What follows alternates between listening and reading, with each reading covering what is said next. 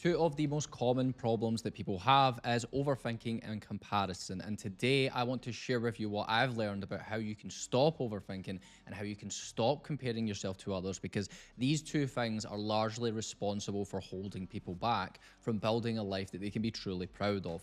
I've experienced that. I know you've experienced that. And a lot of people go through their whole entire lives experiencing both of these things and they don't know how to deal with it. And today I want to help you do that. I want to help you better understand why we compare to other people, why you overthink, and how you can actually deal with that. Because I want to start with a hard fact, and that is that you're always going to overthink, and you're always to some extent going to compare yourself to others. However, we can dramatically reduce how often we do that. And we can also change how we see both of those things. So rather than seeing overthinking as a bad thing and that, I don't know, you're a negative person because you have these negative thoughts, we're going to totally change that. And of course, the comparison problem, which stops so many people from taking action. I want to cover with you today some of the main things that I've actioned with myself and with my clients to stop them comparing themselves to other people so that they can take action and they can pursue a life that they can be truly proud of. Now, we're going to start with overthinking. Now, I want to define it because you'll know what I'm talking about when I say overthinking, but the definition of it is the habit of excessively analyzing or dwelling on situations, past events, or future worries in a way that is unproductive or often harmful. Because thinking itself isn't harmful, it's overthinking. It's when we think to a negative kind of context, when we overthink on one thing and it keeps us stuck exactly where we are. So, for example, like people will overthink what people think of them in the sense of maybe they want to start a business or they want to start a new venture, they want to start posting content, they want to start doing something with their life. And one of the things that stops them is them overthinking on the idea of, oh, well, what will other people think? Now, it's common to have that thought. What is not productive and what is actually harmful is you overthinking on it, because that thought's going to come into your head. Like I have thoughts sometimes when I'm thinking about, what will other people think, or what about this, what about that. But the position I've got myself to is I don't stop it from allowing me to take action. So I'm able to jump in and stop myself from starting that overthinking, that negative feedback loop that's almost impossible to escape at times. Because the problem with overthinking is the fact that you give your thoughts more importance than they deserve. You will give one thought such a grand importance in your head, like what could happen. And you'll think, oh, well, what if this happens? And maybe if it goes the wrong way, then what will I do? And all these, and then no wonder you get stuck in that loop.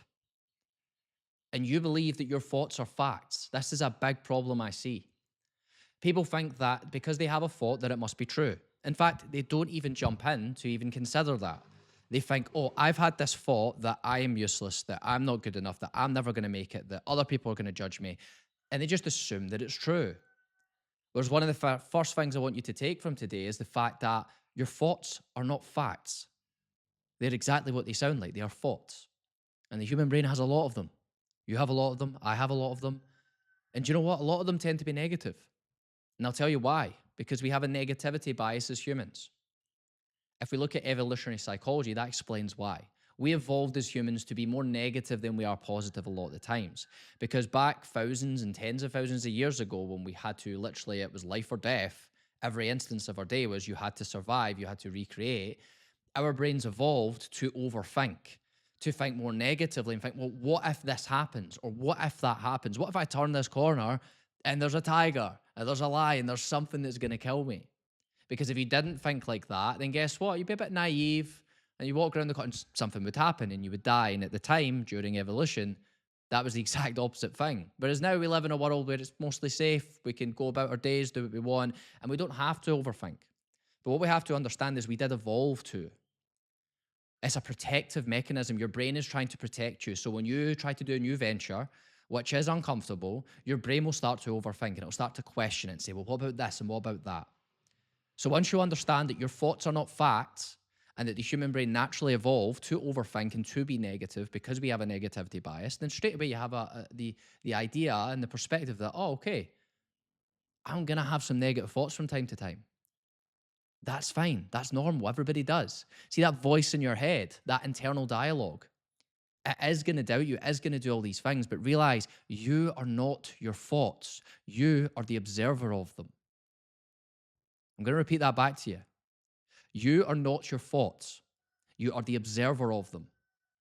So a thought comes into your head and it says like this internal dialogue that we all have in our heads, and it'll say, you're a failure. You're not good enough. What if you fail? That isn't you. It's just your thought. For example, people will have a lot of negative thoughts and think they're a negative person.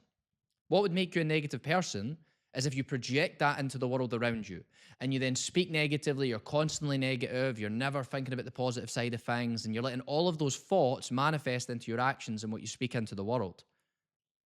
Because we all have negative thoughts. We all wake up and look at the weather and think, fucking hell, the weather's shite today. And if you speak that aloud, then great. That will be the reality and you'll feel that way. However, you don't need to speak that into existence. You can say, okay, the weather's not great today. It's raining a bit or whatever it happens to be on that day. Thankfully for me, it's a beautiful day today. And I can see that. But there are other things that when I woke up this morning, everything was a fucking mess. I'd been doing some content stuff and everything was all over the place. I could automatically say, oh, such a mess in here. But I don't say that. I realize that it's a thought, but then I can speak more positive things into actual existence, into reality.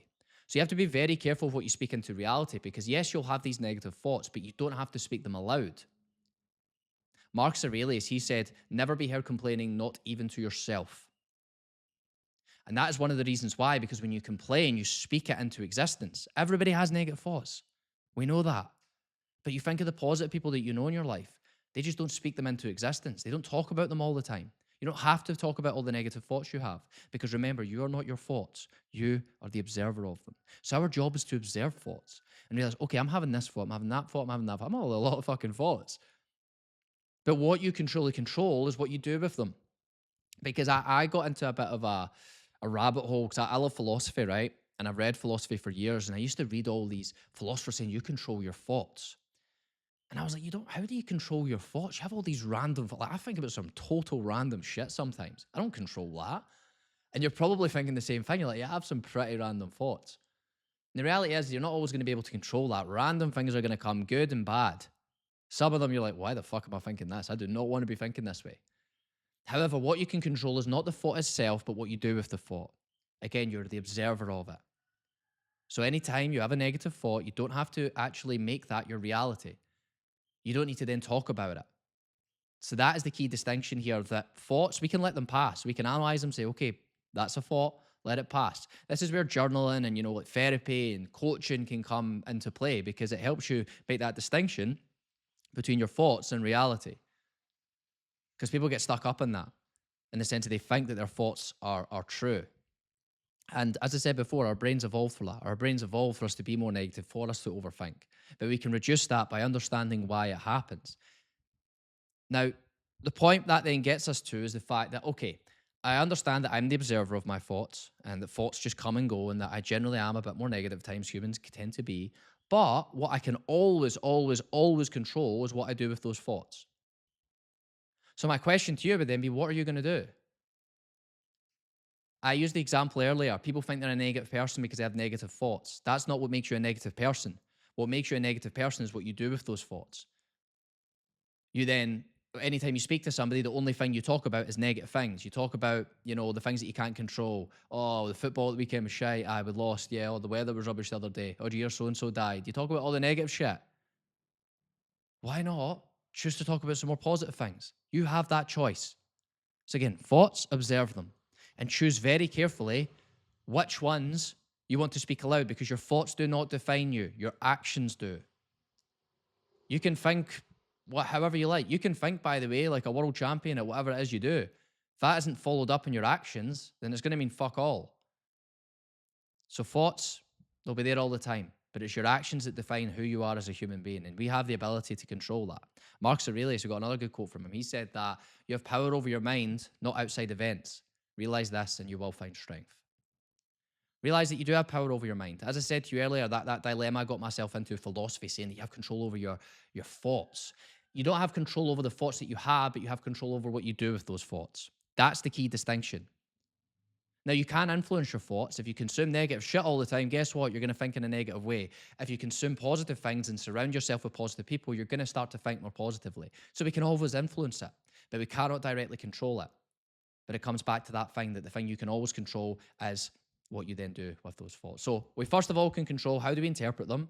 So you can say, okay, I'm having a negative thought. This doesn't make me a negative person. It's just a thought. I'm having this thought because I'm overthinking. Maybe I'm a little bit nervous. Maybe I'm whatever. You can interpret it in that way. And then you get to decide what you do with that thought.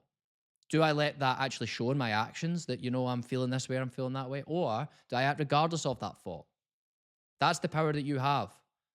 Thoughts do not automatically have to result in your actions. You can act differently to how you feel, which is the key distinction between why some people succeed and why people don't. Because people have a really poor ability to delay gratification and act regardless of how they feel at the time. It's like, I don't feel like getting up early in the morning. I still do it. And imagine you're the same. But it's like there's going to be a lot of times in life when our brain is telling us the opposite, not to do this thing. I can't be bothered doing this. I feel negatively about that. It's our job to act regardless of that, because when you begin to act regardless of how you feel at the time, that's when life opens up. Because then you can put yourself in uncomfortable situations. Only when you put yourself in uncomfortable situations where there's uncertainty and you're not sure how things are going to go, only then can you actually grow and become a better human being and experience different things in life and achieve more and be more. And all of it comes back to how we interpret our thoughts. Now, there's something that we can do to alter our thoughts, in the sense of, you may have heard of CBT, cognitive behavioral therapy, which, by the way, largely based off Stoicism. But anyway, with CBT and a lot of other therapies, what they will do is they will help people do something called reframing.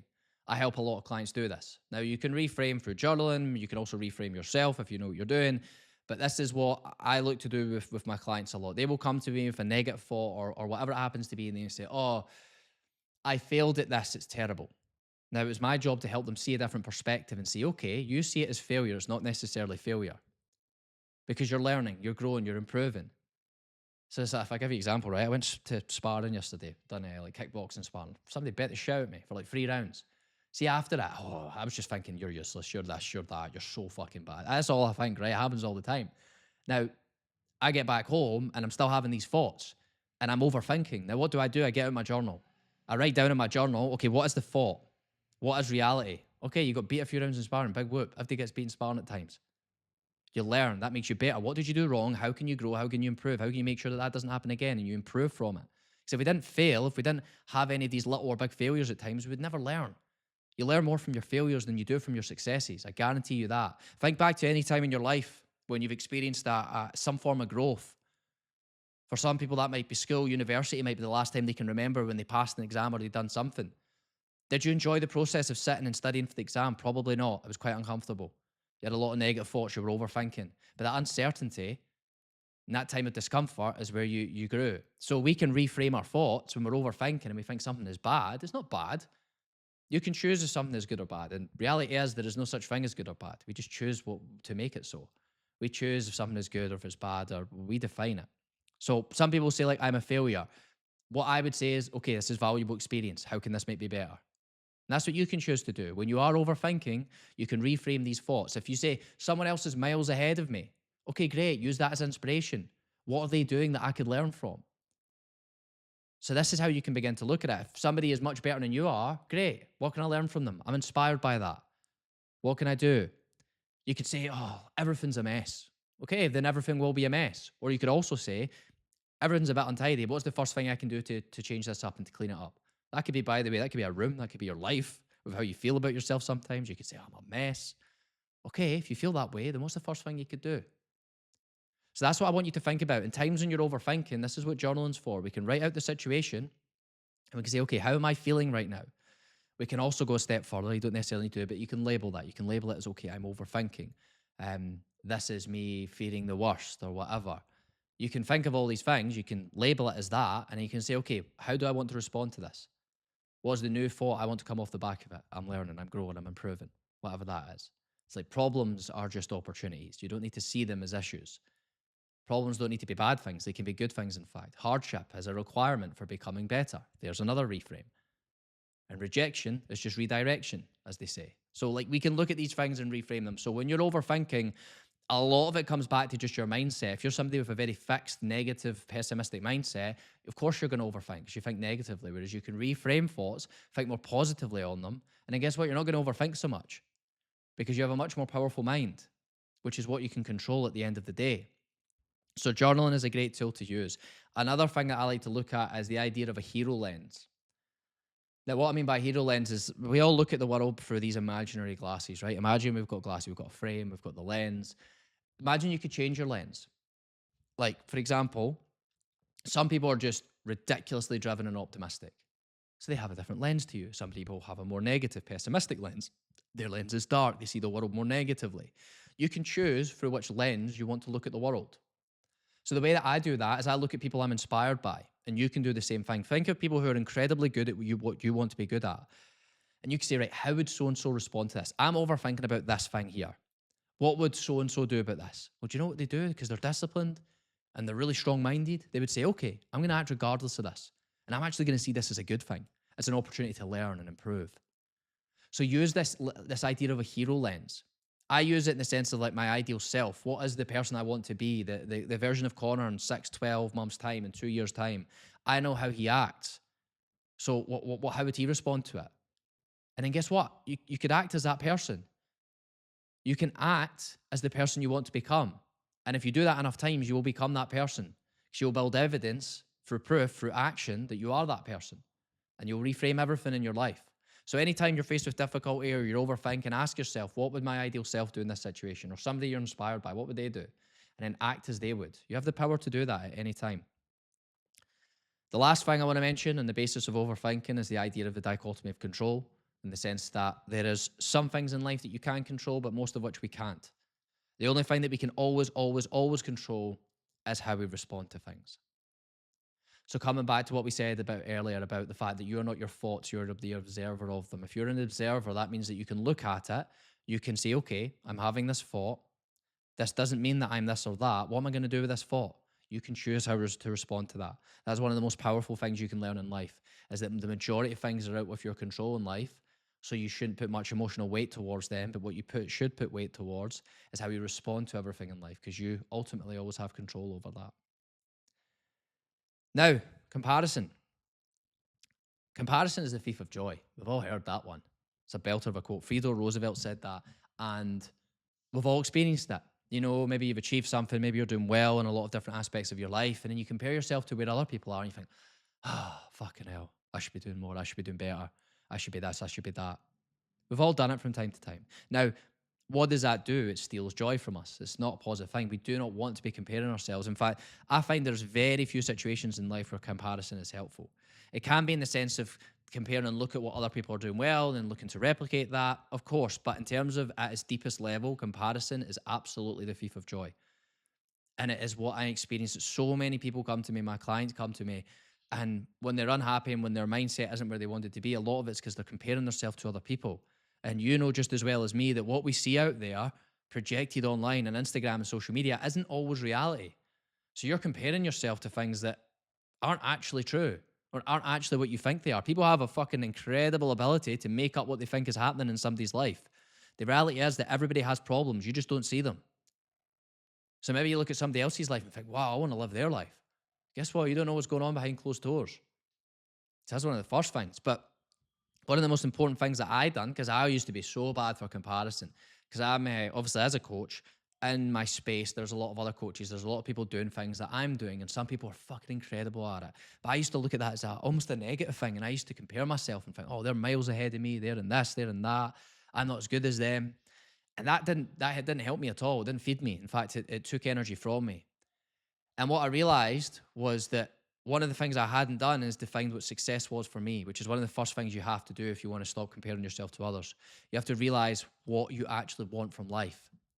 Naval Ravikant, he has a quote when he talks about essentially like the real test of intelligence is whether you get what you want from life.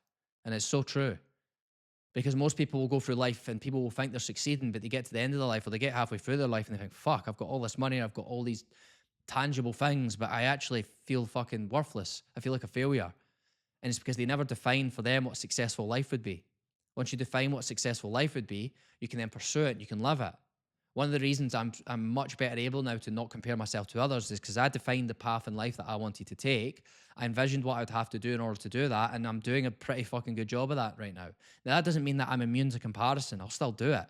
But I'm now in a much better headspace and much better ability to not do that because I'm very clear on what I want. So when I see somebody else doing amazing things, maybe they're making a ridiculous amount of money, I'm like, that's fucking incredible. That's inspiring that they're doing that. However, that's not what I want. I don't want that life. I want this life.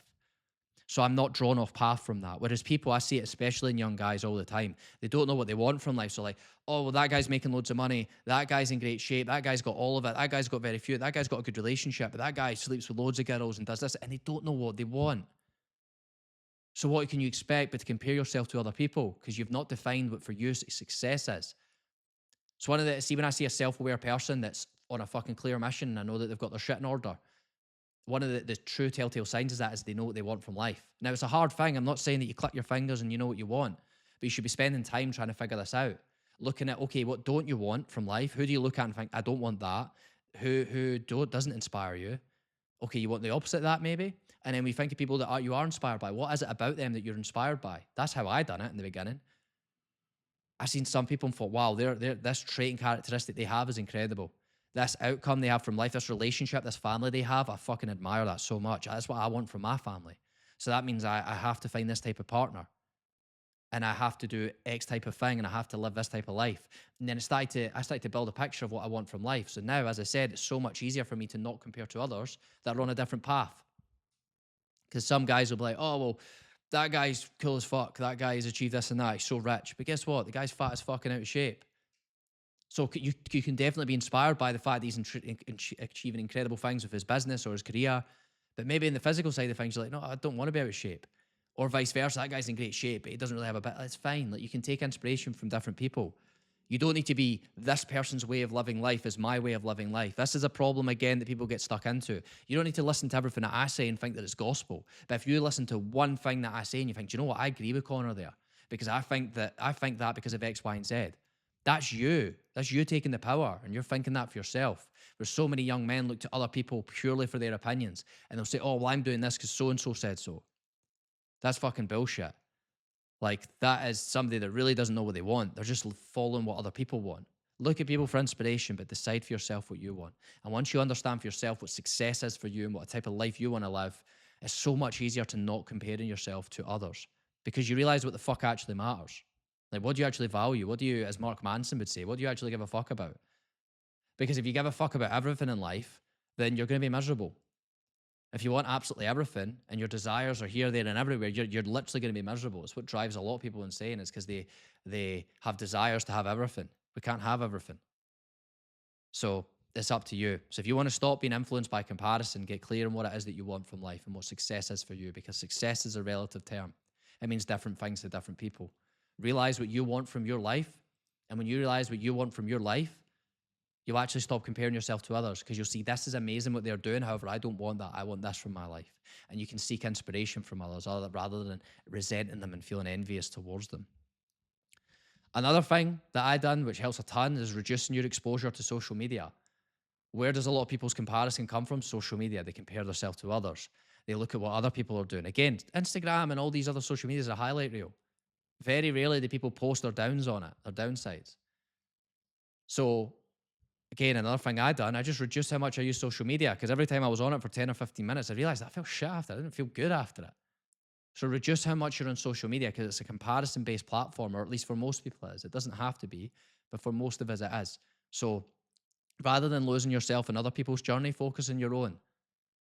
It's like, for me, one of the best shifts I made is, rather than consuming content, I started creating it. So in social media, I post content, I create it, because it's aligned with what I want to do with my life.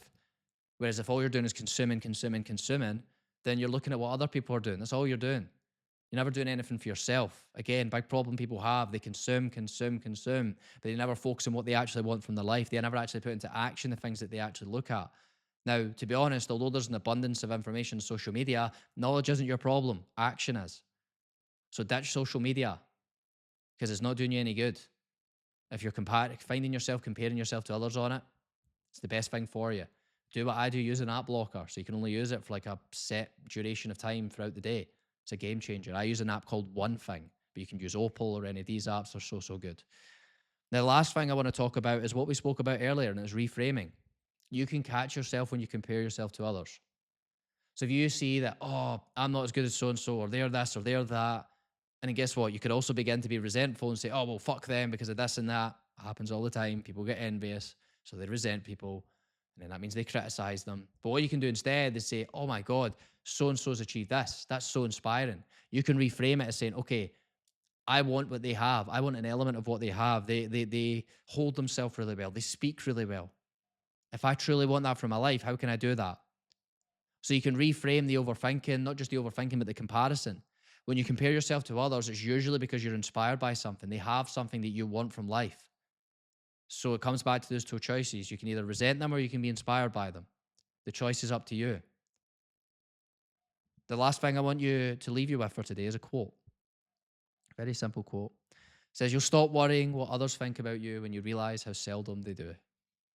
David Foster Wallace said that. You'll stop worrying about what other people think about you when you realize how seldom they do. People have their own problems in life. So when you get stuck up in your head about overthinking and comparing yourself to others, realize that people are genuinely like, they're not thinking about you. People do not think about you for long. If somebody says something about you, they might think about you for 5, 10 minutes or whatever, but they've got their own problems to think about. They've got their own life to think about. So anytime that you spend thinking about other people thinking about you, it's just wasted time. And that's often the realization that we need to come to. So to leave you for today, I want you to really nail that first thing we mentioned about the fact that you are the observer of your thoughts. You yourself are not your thoughts. You can observe them and choose how you want to respond to them. In terms of comparison, you can reduce how much you expose yourself to comparison through social media sites, and you can define for yourself what success is in life. Once you start doing those things, I guarantee you, you'll stop overthinking as much and you'll stop comparing yourself to others.